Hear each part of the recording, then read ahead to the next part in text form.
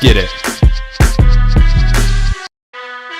What's going on, everybody? Welcome to the SchuZ Show. Hope you guys are having a phenomenal Tuesday. If it is a Wednesday, have a blessed Wednesday as well. But I'm just going to say this. As of last night, I went through the entirety of the show, and I guess only half the show included audio. So obviously, I made a comment up on the live stream from yesterday's show. I was not aware that the audio was coming back on my end, so I do not know what happened on yesterday's show. But here we are. So I'm going to get back into everything I talked about on the second half of yesterday's show because, well, nobody heard me. They just saw lips moving and no audio. So I will be addressing the things I talked about on yesterday's show that did not be caught up on the audio, as well as some of the boxing news going down. So there will obviously not be a guest on today's show. I will have a guest on tomorrow's show who I will be announcing tomorrow. But if you guys do have any questions, comments, or topics for me to address on tonight's show, leave it in the chat and I'll make sure to address that as I go throughout the duration of tonight's show. But let's get right to it. So when the audio cut off yesterday, I was giving you guys a breakdown of the Navarrete, or of the Sugar Nunez fight going down, and it cut off right before I broke down and got into what exactly is going to be happening with that face-off between Sugar Nunez and Inoue Navarrete. That's what we're going to pick up on today's show. Let's get right to it. So Sugar Nunez did his job. He took care of business in the ring. He got a great win, a fight of the year contender. We've talked about that yesterday. Right after the fight, though, it was very interesting. Eddie Hearn comes up on out there, as he always does, and then he brings Inoue Navarrete out. And we get a face-off between Sugar Nunez and Inoue Navarrete. Now, don't get me wrong. Immediately, I start looking at that situation. I say, all right, I like this. Two Mexicans, great style mixes. It would be a phenomenal fight between those two champions in a unification fight. I'm all in for it. But then you start thinking about the logistics. You start thinking about everybody else in the picture right now at 130, and you start wondering, how would this even happen? Problem number one, for Inoue Navarrete, he's got business to take care of. If you guys do not recall, remember going back to what happened in a few months ago on the Top Rank card when Inoue Navarrete faced Charlie Suarez. Charlie Suarez was robbed of potentially the upset of the year in all of boxing by the cut and all this controversy that came from that. Inoue Navarrete owes Charlie Suarez a fight, an immediate rematch. It's already been ordered. He has to do that. So therefore, if there hypothetically were to be a Inoue Navarrete Sugar Nunez unification fight, Charlie Suarez is the number one priority here.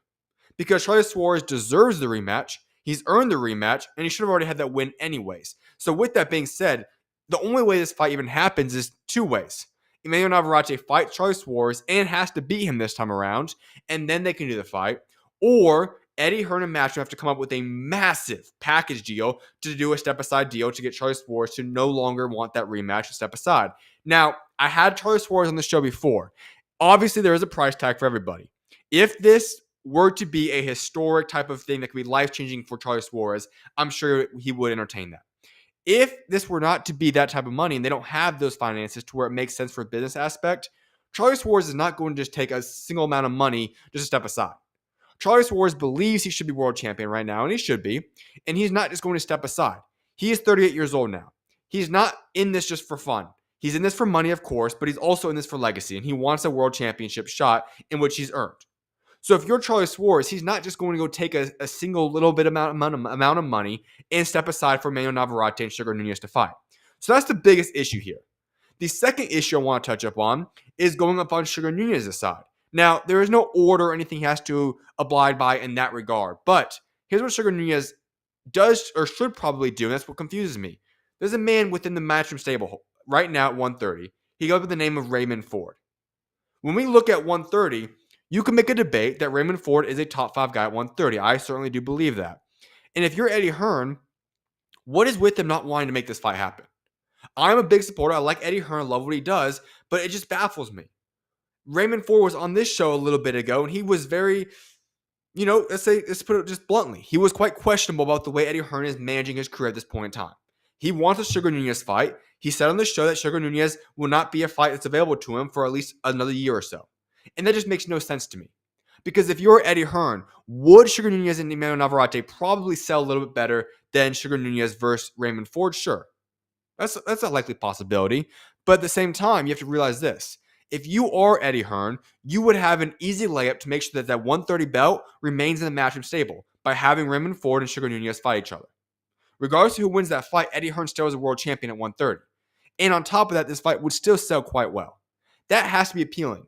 And for some reason, Eddie Hearn is not giving any attention to Raymond Ford in that regard. He's not giving him the opportunity. And when I look at this, now I might be wrong, others might view it differently. I'm just shocked by that.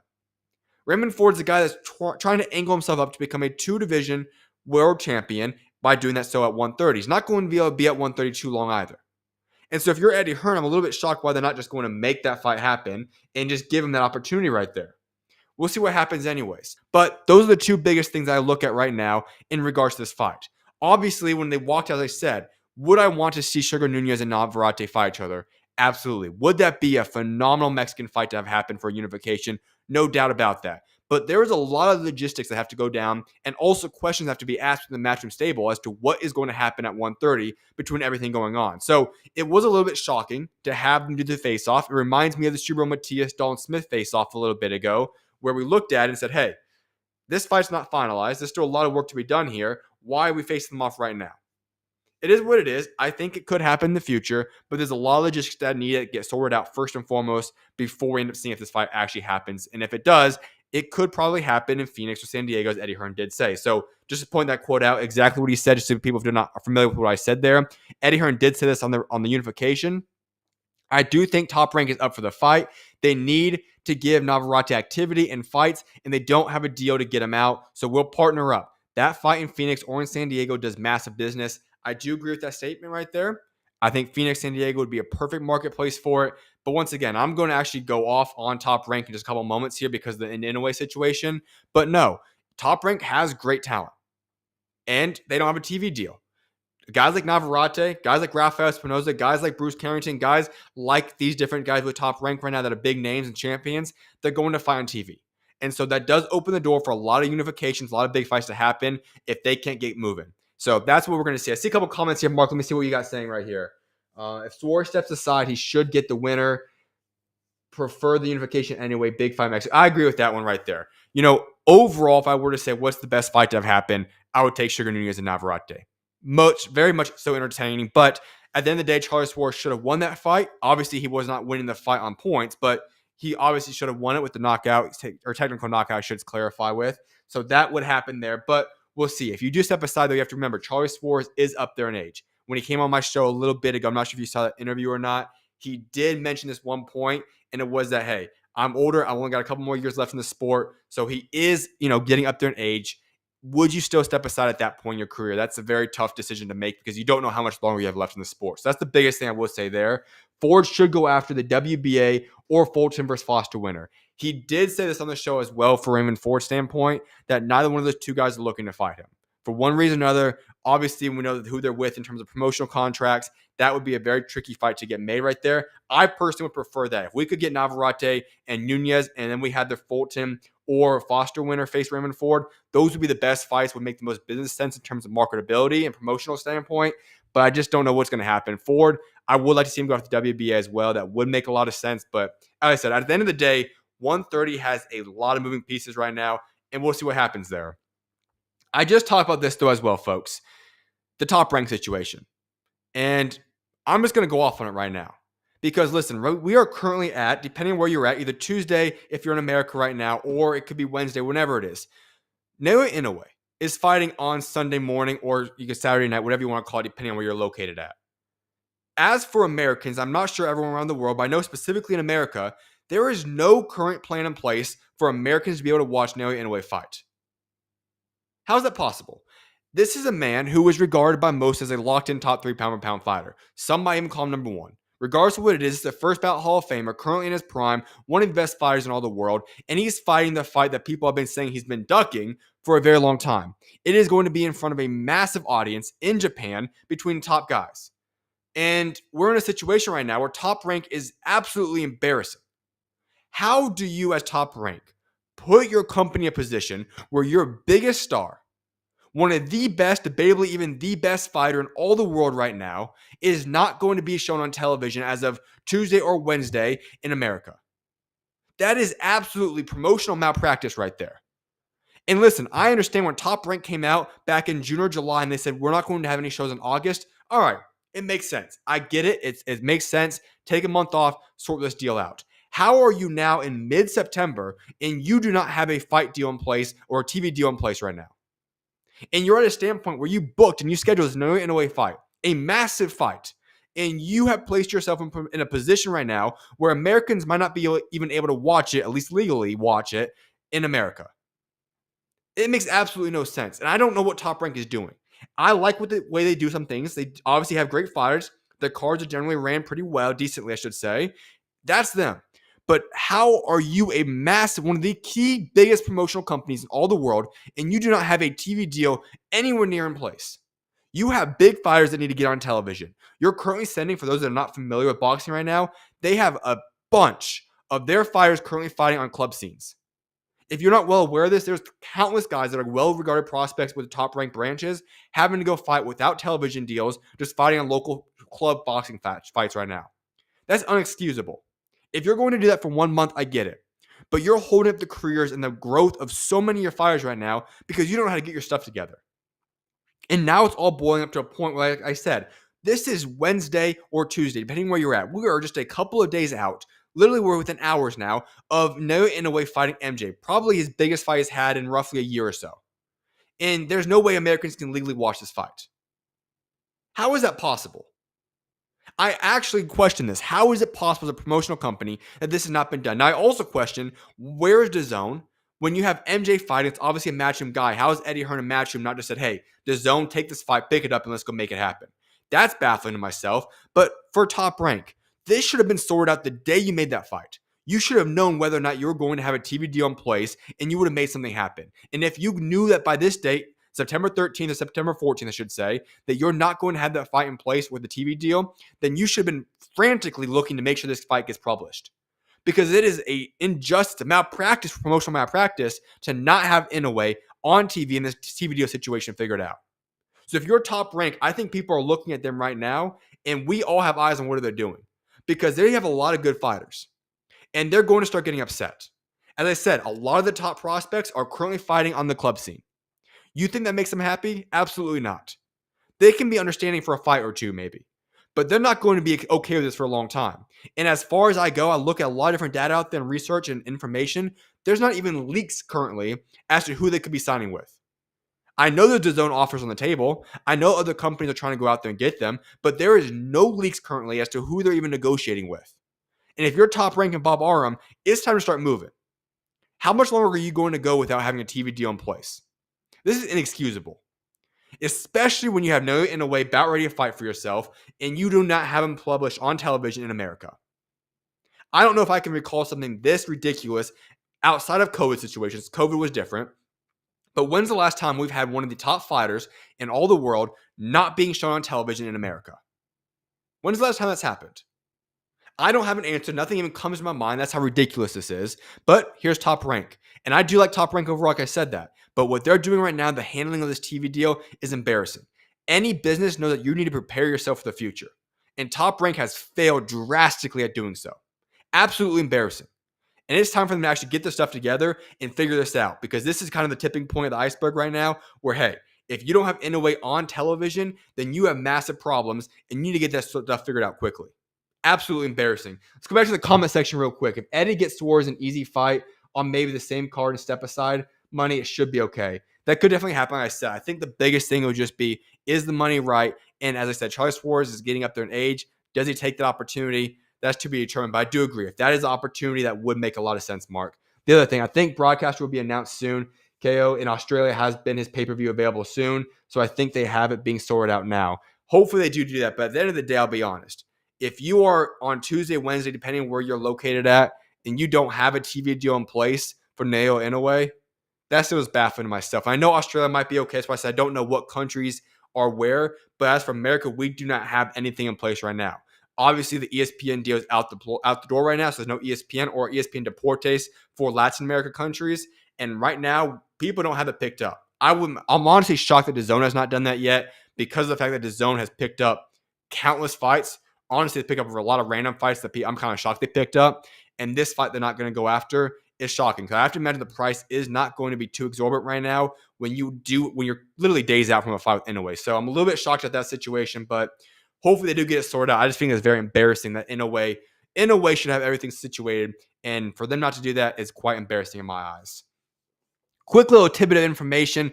Today was the grand arrivals for Canelo Bud Crawford. And according to Dana White, now, obviously, this is way too early. Gates do not become officialized up until, obviously, post-fight. But Dana White says that this is on target to be the biggest, or the third biggest boxing gate of all time, behind Mayweather and Pacquiao, and between Mayweather and McGregor. So, obviously, this is to be determined. I'm not going to put too much into this yet. Will it happen? I do not know. Odds are quite high that I think Turkey will end up buying quite a few seats to make it a sold-out event. That's just my speculation and guess from what I've heard from some people. We'll see what ends up unfolding there. But to say it's the third biggest gate, obviously it's going to be at Legion Stadium. Lots of tickets, a lot of seats available, a lot of money going into this fight. So we'll see what happens there. But what I will say is this. I don't know if the Floyd Mayweather versus Manny Pacquiao or even Floyd versus McGregor numbers will ever be reached again. It might take 100 plus years of inflation for that to even reach that standpoint. When you look at those numbers for what those two fights did, it is hard to compare. He was nicknamed Floyd Money Mayweather for a reason. Last of the one, KO shows top-ranked commentators, so it should be the same as America. I know for me, I've never actually watched it on KO, so we'll see what happens there. But overall, I do know for this, at the end of the day, for Americans at least, and for people listening and trying to tune in for that, there are other ways to obviously stream it. I know a lot of places did get shut down recently. If you guys know what I'm referring to, I can't necessarily say the name on air, but there are sources out there to go watch fights, whether it be legal or not. And that way is going to be open for some people that want to watch the fight because you can't access Japanese fights there. Obviously, I'm not going to list the names or exactly what I'm talking about, but there will be ways to watch it. And if that's what it comes down to for Americans to have to watch the fight, it is what it is. That's all I'm going to leave it at from that standpoint. If you guys know what I'm talking about in terms of streaming right there, y'all probably know what I'm talking about. So anyway, let's get right to it, though. Another quick bit of tidbit of information here. Adrian Bronner will be returning to the ring November 8th against Liddell Rhodes. All right, well, for Adrian Bronner, one of the most confusing careers we have had in boxing over the past decade, this past generation of boxing. Obviously, a man that was off to a phenomenal start, and then God knows what happened. He's got a lot of stuff he has to figure outside of the ring. He came back last year to fight. Blair Cobbs lost that fight. Him returning anywhere near where he once was is close to impossible, but he is a very entertaining name. He's an interesting person. If he gets himself in shape and his mind right, maybe he can do something. But obviously, I don't think we're going to read too much into it. But yes, Adrian Bronner is returning to the ring November 8th against Liddell Rhodes. I want to go into on this, and this week is going to be dedicated a lot to Canelo Bud Crawford, starting primarily tomorrow, I'd say this. But I just felt like I want to go up here and say this. You know, when we talk about this fight, much respect to both guys. Honestly, both guys coming together and making this fight happen deserve props. I get it. There's a lot of people that want to have differing opinions on this fight. You know, Bud Crawford's moving up 2. You could even call it 3 weight classes. He didn't look that good at 154. Is it a competitive fight? I get it. There's a lot of things people can say in regards to Bud versus Canelo. I get it. But I will say this. Let's just look at this fact. Bud and Canelo are 2 of the best fighters of this generation. Them stepping foot in the ring together, for Canelo's standpoint being, he did not need to take this fight. If he loses this fight, he loses a lot by a guy moving up multiple weight classes. He did not need to take this fight whatsoever, but Canelo did so. And for Bud Crawford, he is extremely challenging himself. This is not peak Canelo Alvarez, but this is still is Canelo Alvarez. This is still is a top 10 fighter in all the world, and Bud Crawford is moving up 2 weight classes. So I think both guys deserve their flowers for this fight, but I really want to go into Canelo Alvarez. And the reason I say that is not everybody, but there is a lot of people out there in the world right now that are disrespecting Canelo Alvarez. And I get it. His last fight was not good. It sucked. But I want to look at it like this. When we talk about Canelo Alvarez, this is a man that's going to go down as a first ballot Hall of Famer, one of this generation's top fighters, maybe even the best fighter of this generation, so on and so forth. And we do not know how many more fights he has left. Canelo Alvarez is going to probably be on his final, let's call it 3 to 5 fights.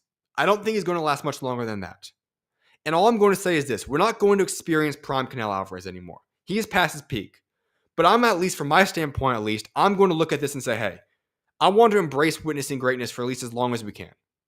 And this is going to be an exceptional fight. Canelo Alvarez is a man that has become undisputed super middleweight champion in 2 weight classes. 2021, 2025, he did it at super middleweight. He's become world title champion in 4 weight classes. Light middleweight, middleweight, super middleweight, and light heavyweight. This is a man that has fought 63 wins, 2 losses, 2 draws.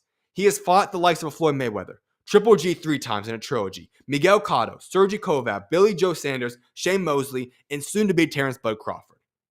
And on top of that, Canelo Alvarez, in 67 career fights, He has never been knocked down at all. Never once he touched the canvas. Do you realize how phenomenal those numbers are right there? And I get it. You can have your differing opinions. You can have if you want him to win or not. But I think it's time that we at least reflect on what Canelo Alvarez has brought to the sport of boxing. What he has done from a promotional standpoint, the money he's brought into the sport, the different people he's given, kind of elevated their brands in the sport, the way that he's brought money, the way that he's been an ambassador for boxing. This man has done phenomenal things. He's given his entire life to boxing. From the time he was a young boy, he's been fighting the best of the best. Outside of obviously David Benavidez, I'm point that out right there, he has fought the best of the best. This man has always challenged himself, has always put on entertaining fights for the most part. And yet, I look at the situation right now, and I just want to say this. As we approach what is going to be one of his final fights, and this could even possibly be his final mega fight. Now, he could go out there and have other ones, but this is possibly going to be the final, this stadium type fight where you can go put it inside of a stadium and it could sell out type of fight. This could be the last time we see Canelo in this type of situation. I think if we are true boxing fans, appreciate greatness.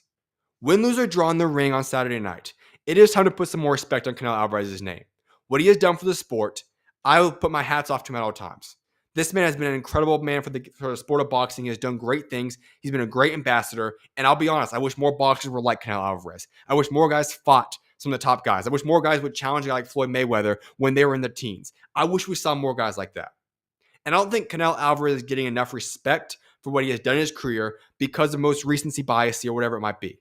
So, of course, if you want Bud Crawford to go out there and win, go ahead and do that. If you don't want to see Canelo Alvarez win, that's different. But from a respect standpoint, I think we got to put some more respect on his name and appreciate the greatness that he has brought to the sport of boxing and recognize that we only have a handful of fights left of him. So embrace it while we're still here. A February 10th deadline for Muratalla Cruz has now been official. Remember, Raymond Muratalla became world champion on the undercard for what we just talked about, the Inoue Navarrete, Charlie Suarez.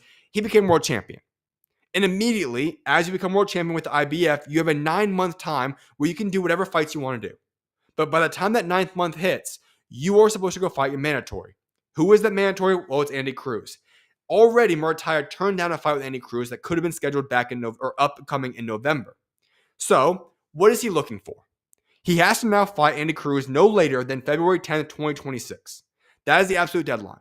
He has to be in the ring fighting Andy Cruz by that date. If he's not, he's going to have to vacate his belt. What does that mean? Then who is he going after? Well, rumors are this. Floyd Schofield Jr. And I like that fight. From an American standpoint, Raymond Muratalla is obviously a fun American. Floyd Schofield Jr. is a rising star as well. I would favor Floyd Schofield Jr. in this fight. I think he's the better fighter. But still, this would be a very entertaining fight. However, I'm okay with Andy Cruz fighting either guy as well. I'll be honest. I think any one of the situations you look at right there makes sense. But if you are Raymond Muratalla, you have to get your plan going on pretty quickly as well. And he is screwed up right now because of the whole top rank situation. Obviously, once again, there's no TV deal in place I just talked about. So you have to figure out that whole situation. Odds are most likely that if you go fight Floyd Schofield Jr., you would then go over to Golden Boy Promotion Show and you would do some kind of situation there and put it on DAZN. That's the most likely situation for him. But a lot of things are on the table. If you are Raymond Muratalla, though, you have the deadline now set. Hopefully we get news in the next, I'd say you probably have to get the news out within the next couple weeks, 2-3 weeks, because you have to get the fight announced. If it is with Floyd Schofield, book the fight, make it happen, so that then you can do the quick turnaround and go fight Andy Cruz. So he's going to have to make a news very, very shortly, but that is now official what the IBF has come forth and said. All right, here's another big thing. Now, like I said, I touched up on this on yesterday's show. My audio, I guess, was turned off for some reason during this segment, but this past weekend, it became official. Joseph Parker will face Fabio Wardley in a heavyweight clash on October 25th at the O2 Arena in London. The undercard is rumored to be this: Denzel Bentley, Andriy Saverda, WBO middleweight eliminator. Luis Edmondson fighting Ezra Taylor for the British light heavyweight title, my apologies, and Roston Barney Smith versus Danny Quartermain. That was an interesting fight. It was supposed to happen back in July. A couple of different situations happened with injuries. They pulled that fight. Now it's going to be on this undercard most likely. So solid undercard, decent fight right there. But let's just paint this picture right now. I would say that when you talk about the most energetic, most electric fan bases in all the world, you have Mexican fans, British fans, and then the Japan atmosphere is different. Now, it's much different than Mexico and London or Great Britain, UK. However, there's still a great fan base. When you talk about O2 Arena, a heavyweight clash with Fabio Wardley stepping in that ring and Joseph Parker, the atmosphere in that arena, an O2 arena, will be absolutely phenomenal. That will be one of the best atmospheres we'll see in boxing outside of, I'll call it, obviously, Conor Benn, Chris Eubank Jr., that was phenomenal, a couple others. But that fight will be sensational. But I want to spend time real quick and give props to Joseph Parker. Why, you might ask? Well, here's why. Joseph Parker does not need to take this fight. Joseph Parker does not need to go out there and fight a fellow interim world champion. He has already earned a world title shot dating all the way back to what should have happened February 22nd against Daniel Dubois in a fight in which I think he would have won. Obviously, who knows what would have happened, but I think he would have beat Daniel Dubois and then would have been able to go fight for undisputed against Oleksandr Usyk. He's already done more than enough to go get a world title shot. And then you add in the fact that he fought Martin Bocoli, knocked him out in sensational fashion. He deserves a world title shot. So if you were Joseph Parker and then you compare him to what every other guy for the most part is doing in boxing today, here's what they would do. Sit out until you get the opportunity to go fight for undisputed against Usyk. But not Joseph Parker. That's why I love this man. This is a man that's saying, you know what? I'm going to go out there into enemy territory. I'm going to go into the UK, where Fabio Wardley's from, fight a fellow top 10 heavyweight in all the world, and I'm going to go fight him in his home stadium. Not many boxers out there are going to go out there and do that. Now, I know they're both with Queensberry. I'm sure Frank Warren was a large part in making sure this fight happened, but still, Joseph Parker did not need to accept this fight. And yet he's going out there and doing that. So I give him a tip my hat over to that man because, listen, I wish more boxers were like Joseph Parker. I wish more guys would be willing to go out there and fight the best of the best, whether it makes the most sense or not, to go make a point and show how great you are. And if Joseph Parker goes out there, I think he will win this fight, but if he goes out there and beats Fabio Wardley, this man will officially, without a shadow of a doubt, deserve his shot and better get his shot against Oleksandr Usyk for undisputed. No ifs, ands, or buts about that. But like I said, the biggest thing is this. We need to give all the credit to Joseph Parker for this. This man deserves a world title shot. He has been screwed over because of what's happening. And obviously, I don't put much blame on Oleksandr Usyk. He deserves to wait his time. He deserves to go out there and fight his last fight the way he wants to do it. But still, it's a messed up situation for Joseph Parker, especially the Daniel Dubois way, the entire way that whole happened, which is messed up. But massive props to this man because, listen, I'm going to give you guys a quick breakdown of what I see way too early here. I think Joseph Parker will come out victorious in this fight. I think he will win this fight. But listen, going into enemy territory against a guy like Fabio Wardley is dangerous. Very dangerous. We just witnessed against Justice Huni. Justice Huni was putting on a masterclass in that fight. I had him up massively on the scorecards. He would have won that fight had he not been knocked out. Huni would look phenomenal. In all due respect, I love Justice Huni. I think he's going to be a great fighter in the future. He's not on Joseph Parker's level right now. But still, Joseph Parker is going against a guy that has great power. I'm not going to compare it to a Deontay Wilder where it's always going to be a situation where he's going to get out masterclass the entire fight and then go pull off a massive miraculous KO. But Fabio Wardley has that type of power that can change a fight like that. In a split second, if he clips you cleanly, he can knock you out. That's a dangerous man to step in the ring with. Why? Because this is going to be a 12-round fight. You have to be perfect for 36 minutes. All Fabio Wardley needs is one clean shot on Joseph Parker, and it could be lights out. We just saw Justice Huni. That's a scary man to step in the ring with. Because being a perfect fighter for 36 minutes is a very difficult thing to do. If this fight goes the distance, I will give Joseph Parker the edge. But he has to be careful. Fabio Wardley's no joke. He has legitimate power. And I don't think this fight should be... The odds are split very, very largely towards Joseph Parker. He's a massive favorite to win this fight. And I see why. But I do feel like people need to put a little bit more respect on Fabio Wardley and realize this fight is not as big of a gap in between the two of them because of the power that Fabio Wardley possesses. So that's going to be a very interesting fight. I'm ecstatic for that. I cannot wait for October 25th. That will be a phenomenal environment and a phenomenal fight to watch at the O2 Arena in London, England. According to sources, there's a very strong possibility that Lamont Roach will be fighting Usyk Pitbull Cruz next. This fight is scheduled to be at the end of the year or early next year. All right.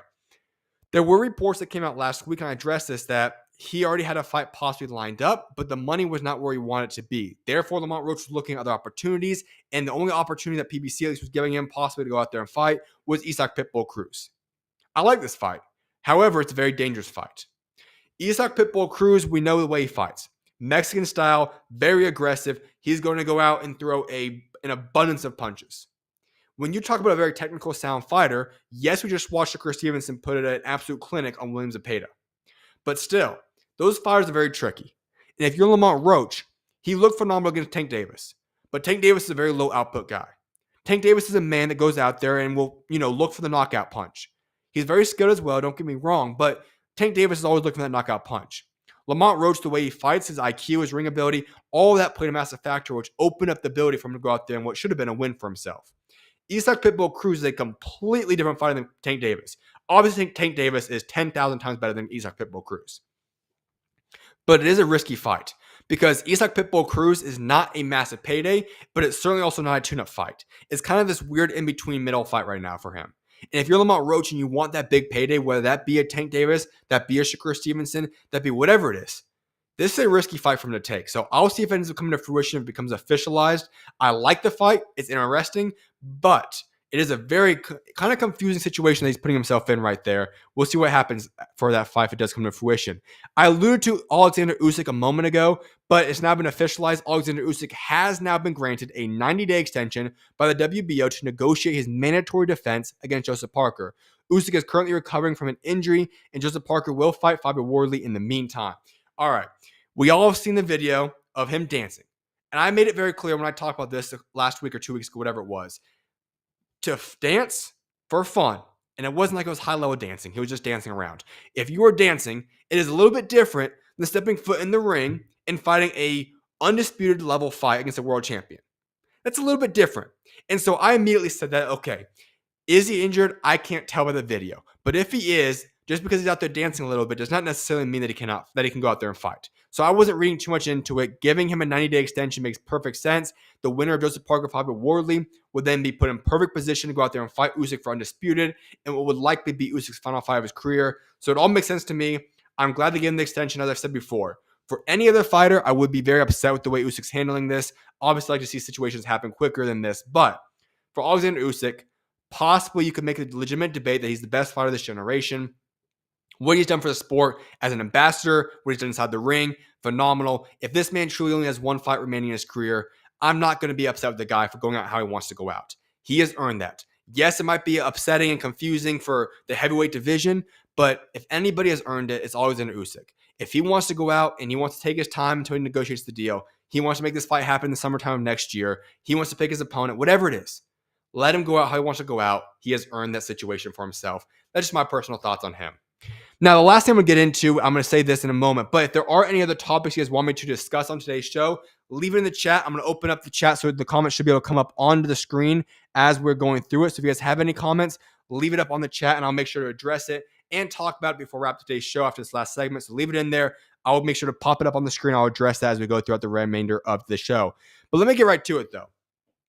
Frank Warren has hinted that Filip Hrgovic has rejected a December 13th fight with Itauma. His exact quote reads this: "We offered him that. He's been offered the Itauma fight, Hrgovic. There's two ways to say you don't want a fight. You say, I don't want the fight, or I want £1 trillion for it." Very interesting. And I'll be honest, I like the Filip Hrgovic fight. When they outlined, and I forgot the name off the top of my head, I think it was Kubrat-Pulev, I knew it was Filip Hrgovic, and I think there was another name or two. Oh, Jermaine Franklin, if he won the fight on Thursday's card in Las Vegas. I think those were the three names. Those were the guys kind of being targeted for Itauma's next fight. And I said this, I like the Filip Hrgovic fight. Itauma's not ready for Usyk. I've made that very, very clear. Going from Dillian Whyte to fighting Oleksandr Usyk is way too big of a jump for the guy at his age. And then I've also said this, even going up there and fighting a guy hypothetically like Anthony Joshua Fury right now, he could be ready, but it still is a big jump. I like the Filip Hrgovic. That's a guy you can consider a top 10 guy in heavyweight. Maybe he's 11, maybe he's 12, maybe he's 10-9, whatever it is. He's around that range. Perfect setup. I think he would beat Hrgovic. That's why I don't think Hrgovic wants that fight without a massive payday. But then after that fight, I think that opens the door for him to go fight one of those top guys, whether that be Caballero, that be AJ, that be a Fury, that be whatever it is. It opens the door for that and then puts him in position to be maybe 2 or 3 fights out from fighting Usyk if he were still to be there, or at least fight for world championship. So those are all on the table for himself. I hope Hrgovic goes and takes the fight, but at the end of the day, it is a business. If he wants a big payday, and it makes sense because he would probably lose to Itauma. That's just my personal opinion. I get why he wants to do that. So he could be stuck with a Jermaine Franklin fight, or Kubrat-Pulev, who obviously is a good veteran. He obviously is one of the champions with the WBC right now. I know they have like 3 or 4 champions right now heavyweight. It's confusing, but whatever. You could go out there and fight him. I think he would absolutely obliterate both those guys, but it is what it is. They're going to slowly build him. I think Frank Warren knows what he's doing, and I like the game plan they currently have in place for Mosey Itauma. So with that being said, I don't see any more comments in the comment section on the chat right now. So I will be wrapping up tonight's show. I will be back live tomorrow at 6 p.m. Mountain Standard Time. I'll have a guest, a man that had a great performance this past weekend. I will be announcing who that is tomorrow afternoon, my time at least, but we'll be going down 6 p.m. Mountain Standard Time, and I'll also start really getting into a preview of the fight cards going down this upcoming weekend and all this different stuff now that we're heading into the second half of the week. So I appreciate you guys all for tuning in tonight's show. I hope you guys have a blessed rest of you guys' day. May God bless you guys all. And with that being said, SchuZ out. I'll see you guys tomorrow. God bless you guys.